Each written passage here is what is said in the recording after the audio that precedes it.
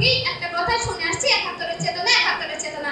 যখন জুলাই আন্দোলন হলো তখন উনি ৭১-এর চেতনাকে সামনে রেখে আন্দোলনকে সামানোর চেষ্টা করেন। যদি একটি জাতি ভয় পায় তবে সে জাতি মারা যায়, যদি একটি জাতি সাহস দেখায় তবে সে জাতি ইতিহাস রচনা করতে পারে। তারই বাস্তবায়নের পক্ষে আজ আমি বলতে চাই এই জুলাইয়ের চেতনা প্রকাশ করে ভয়ভিত্তিক রাষ্ট্র ব্যবস্থার বিরুদ্ধে একটি সম্মিলিত আওয়াজ, সচেতন নাগরিক তৈরির বিরুদ্ধে মতামত গ্রহণ করার ক্ষমতা।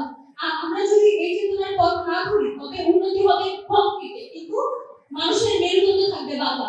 আমরা রাস্তা পার হবো কিন্তু সঠিক পথ হারাবো। মাননীয় স্পিকার, এই সংসদে আমি আবারও স্মরণ করিয়ে দিতে চাই যে জাতি ন্যায় পথ হারায়, সে জাতি অর্থনৈতিক উন্নয়ন যতই করুক না কেন তার আত্মা মারা যায়, আর যে জাতি ন্যায় ও চেতনার বোধ থেকে গড়ে ওঠে সেই জাতি তার উন্নতির পথ কখনো ধ্বংস করতে পারে না। আমার প্রতিপক্ষ প্রধানমন্ত্রী সম্মানিত প্রধানমন্ত্রী এখন বলে গেল চেতনা এবং চেতনার কথা। মাননীয় স্পিকার, তারা বারবার চেতনা দিয়ে বলছেন তারা উন্নতি সাধন করতে পারে কেবলমাত্র চেতনার মাধ্যমে। আমি আমার বক্তব্যের মাধ্যমে প্রমাণ করে দিয়ে যাবো যে আমরা সেটা চেতনার মাধ্যমে কোনোভাবে উন্নতি সাধন করতে পারি না। মাননীয় স্পিকার, আমরা কি দেখি রাজনৈতিক প্রেক্ষাপটে একাত্তর সালে স্বাধীনের পর 2024 এবং 2025 আপনারা যদি ইতিহাস দেখেন তাহলে রাজনৈতিক প্রেক্ষাপট কখনোই স্থিতিশীল ছিল না। এই স্থিতিশীল অস্থিতিশীল রাজনৈতিক প্রেক্ষাপটে কেবলমাত্র চেতনা দিয়ে উন্নয়ন সম্ভব হয় না। মাননীয় স্পিকার, আমরা যেই একটা ফেসিস্ট সরকারকে তৈরি করে আসছিলাম, আপনার কি মনে হয় না যে 24-এ আমরা যদি বারবার চেতনাকে পুঁজি করে উন্নয়ন সাধন করতে চাই তাহলে নতুন যে রাজনৈতিক প্ল্যাটফর্ম তৈরি হবে তারাও আবার একইভাবে সংগঠন করবে? মাননীয় স্পিকার, বিপক্ষ দল শুধু চেতনা চেতনা চেতনা করে গেলে মন্তব্য করেছেন, অতিরিক্ত উন্মাচনায় হারায় মানুষ, চেতনায় হয়ে ওঠে প্রলয়ের আতুর। অর্থের কথা উল্লেখ করতে পারি। আমার জ্ঞান বুদ্ধি হওয়ার পর থেকেই একটা কথা শুনে আসছি, ৭১-এর চেতনা, ৭১-এর চেতনা।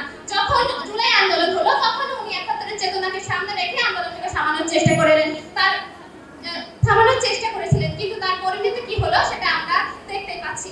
মাননীয় স্পিকার, যখন একটা আন্দোলন সংগঠিত হয় তখন কিন্তু দেশের সার্বিক বিষয় নিয়ে আন্দোলনটি সংগঠিত হয় না, একটা নির্দিষ্ট অঞ্চলের প্রেক্ষাপট দেখে নির্দিষ্ট একটা বিষয় নিয়ে আন্দোলনটি সংগঠিত হয়। সেই বিষয়টাকে সামনে রেখে যদি আমরা পুরো দেশকে এখন পরিচালনা করার চেষ্টা করি তাহলে সেটা কখনোই দেশকে উন্নতির পথে আনবে না। তারা বারবার হচ্ছে তরুণ প্রজন্ম উজ্জীবিত হচ্ছে, বারে উজ্জীবিত হবে। আচ্ছা, বয়সটা যখন 18 তখনই তো রক্ত গরম থাকবে। মাননীয় স্পিকার, আজকে আপনিও ছাত্র, আমরাও ছাত্র, এই কর্তৃপক্ষ যদি আমাদের সুযোগ সুবিধা প্রোভাইড না করতে পারে, কালকে আপনি আমি আবার কর্তৃপক্ষের কাছে যাবো। এই চেতনা তো কমেই হবে। আমাদের প্রয়োজনে অধিকারে, সাম্যে, সমতায়, বৈষম্যে সকল ক্ষেত্রে আমাদের চেতনা কিন্তু বারে উজ্জীবিত হবে। কিন্তু এই চেতনাকে পুঁজি করে আসলে তারা বারবার হচ্ছে চেতনা, আসলে 24-এর চেতনার সাথে কি কোনোভাবে উন্নয়ন কথাটা সংযুক্ত? তারা কি এই জিনিসটা স্পষ্ট করে গেছে?